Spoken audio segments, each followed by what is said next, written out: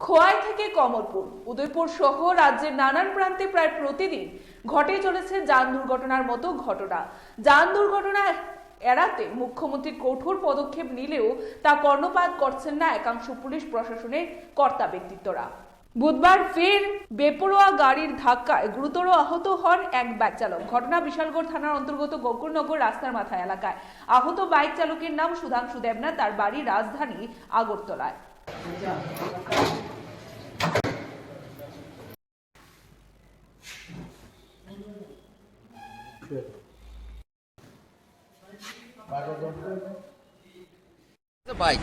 বাইকটাতে accident হয়েছে। একটা বাইকটা মারুতি কিটা সুইফট ডিজায়ার বাড়ি দিয়া লগালগ গেছে।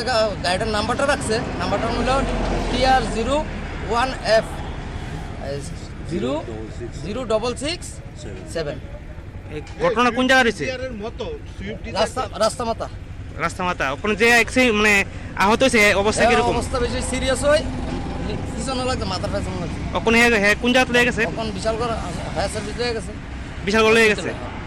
ঘটনাটা হয়েছে কি, রাস্তার মাথা একটা এই বাস গাড়িয়ে একটা বাইকের বাড়ি দিয়েছে।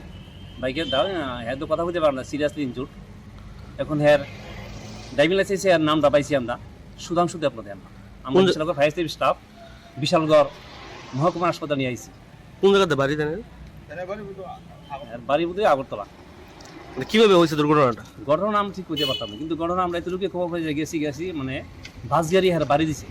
Bureau report, Tripura news 8।